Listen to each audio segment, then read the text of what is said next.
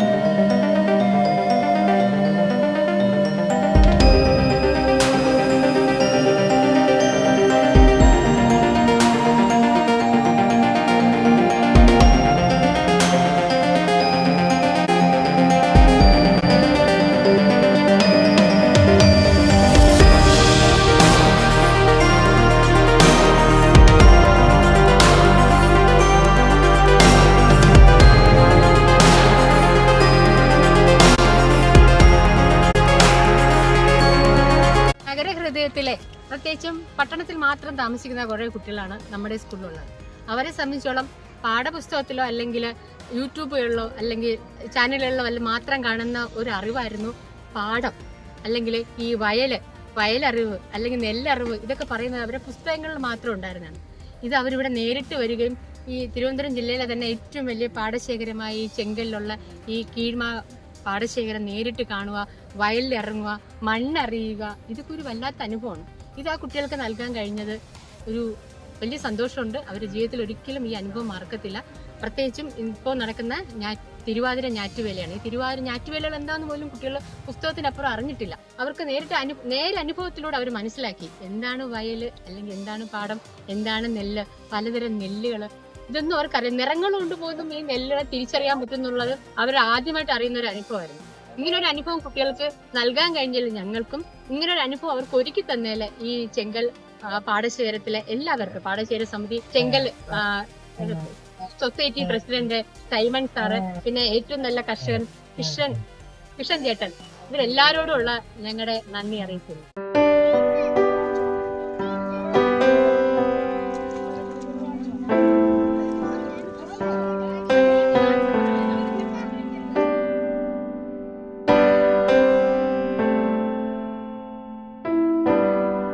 നമ്മുടെ കുട്ടിക്കാലം വീണ്ടും അറിയാതെ ഓർമ്മിക്കുന്നു.